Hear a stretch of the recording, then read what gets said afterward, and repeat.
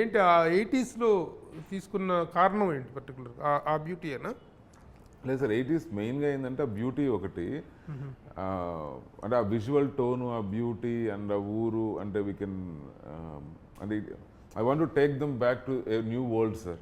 So ఇప్పుడు ప్రజెంట్లో మనం 2020లో చేస్తామనుకోండి sir, already ఇవన్నీ ఫెమిలియర్ ఉంటారు కాబట్టి ఆ వరల్డ్లోకి వచ్చేది కొంచెం టైం పడుతుంది. అదే 80s అన్నామంటే ఆ వరల్డ్ కొంచెం ఫ్యాసినేటింగ్, అంటే మనం కొంచెం ఫ్యాసినేట్ అవుతాం కదా సార్. అంటే ఎప్పుడైనా మనం ఇప్పుడు నాస్టాలజియా ఫీల్ అవుతాము, ఫ్యాసినేట్ అవుతాం బ్యాక్ వెళ్ళి చూస్తూ ఉంటే. That is the main reason sir. ఆ సెటప్ ఇప్పుడు రంగస్థలం మూవీ ఉంది sir, they would have easily done same story in present time present. So Sukumar garu అప్పుడు అక్కడ ఇంటర్వ్యూలో అక్కడ గుర్తున్నట్టుంది, రత్నవేలు వచ్చి లేదు 1980s పెడదాం ఇది అని అనగా 1980s బాగుంటుంది కదా అని దే స్విచ్. ఎందుకు పోయినారు అంటే లైక్ ఆ వరల్డ్ బాగుంటుంది, విజువలీ అంతా కూడా బాగుంటుంది and audience also will enjoy that అనే ఒక దీంతో సార్. గ్రాఫిక్స్ అన్ని మైండ్ బ్లోయింగ్గా ఉన్నాయి. Thank you sir, thank you sir. Visuals అని చూస్తుంటే చాలా, అంటే 80స్లో కథ 80స్లో నడిచినప్పటికీ the content is very much అప్డేటెడ్గా ఉన్నాయి, గ్రాఫిక్స్ అవన్నీ కూడాను.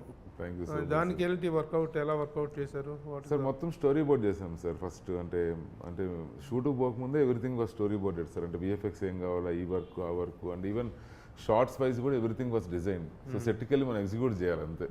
మొత్తం ముందే ప్రీ ప్లాన్డ్గా వర్క్ చేసాం సార్ అంతా కూడా. సో దానివల్ల కొంచెం ఈజీ అయింది. సో విఎఫ్ఎక్స్ కొంచెం హెవీగానే, అంటే హెవీ అంటే నాట్ లైక్ మన ఇప్పుడు కొత్త, అంటే ఇప్పుడు కల్కి లాగా, అంటే that not that massive like RRR like massive ఇది కదా sir. But VFX is very much part of the story. అది ఎంత రిక్వైర్డో అంతకి, ఎంత రిక్వైర్డో అంతకే. సో విఎఫ్ఎక్స్ కూడా మనం మన బడ్జెట్లో కన్సిడరబుల్గా ఒక 15-20% బడ్జెట్ తినింది అండ్ హోలిస్టిక్గా. బడ్జెట్ లిమిటేషన్స్ ఏమన్నా ఉన్నాయా సార్? యాక్చువల్గా అంటే బడ్జెట్ లిమిటేషన్ అంటే మనకున్న సిచ్యువేషన్ బట్టి కొంచెం లిమిటేషన్స్ ఉంటాయి సార్. కానీ ఆ లిమిటేషన్స్ని మా producers they pushed it forward. నేను ఎక్కడైనా సరే ఓకే పెరుగుతుందేమో బడ్జెట్ అది ఇది అంటే లేదు విల్ మూవ్ ఫార్వర్డ్ అని. అంటే నాట్ బ్లైండ్గా నన్ను నమ్మి, అంటే అంటే ఆన్ పేపర్ ప్రొడ్యూసర్స్ కాదు సార్ వాళ్ళు.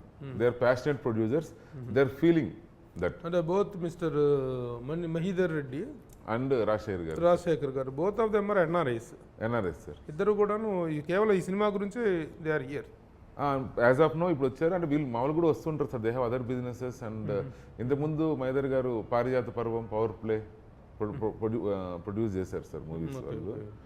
సో వాళ్ళు ఏంటంటే ఆ విజువల్, అంటే పేపర్ మీద బిజినెస్ కాదు సార్ బేసిక్గా. వీ ఆల్రెడీ డే వన్నే తెలుసు మనకు ఇది పేపర్ మీద ఇట్స్ రిస్కీ ప్రాజెక్ట్ అని చెప్పి తెలుసు అందరికీ అనమాట. But as we are going forward ఆ విజువల్స్ అవన్నీ చూసుకుంటూ వీ పుష్డ్ ఇంకొంచెం పుష్ చేసుకుంటూ తీసుకెళ్ళాం వాట్ ఎవర్ ఇట్స్ నీడెడ్ అని. మ్యూజిక్ పార్ట్ ఏంటి? శ్రీచరణ్ పాకాలా చేశాడు సార్. హీ ఎట్లా చెప్పాలంటే sir, he is like one of the pillar మన మూవీకి. అంటే Praveen Bangari is the DOP sir. So visuals wise కావచ్చు, Sricharan, they both are two main pillars for the main pillars sir నాకు. So Sricharan పాకాలా he did a very good job sir. అంటే almost 4-5 months జరిగింది మా background score. అంటే sequence by sequence. Some times ఆ sequences చేసిన తర్వాత నేను నెక్స్ట్ రోజు వెళ్ళేటప్పుడు శ్రీచరణ్ అవి డిలీట్ చేసేసి ఉంటాడు, చేసేసి మళ్ళీ ఫ్రెష్గా స్టార్ట్ చేసిన రోజులు కూడా ఉన్నాయి. So he did a very good job sir. And you will definitely enjoy it in theatre sir.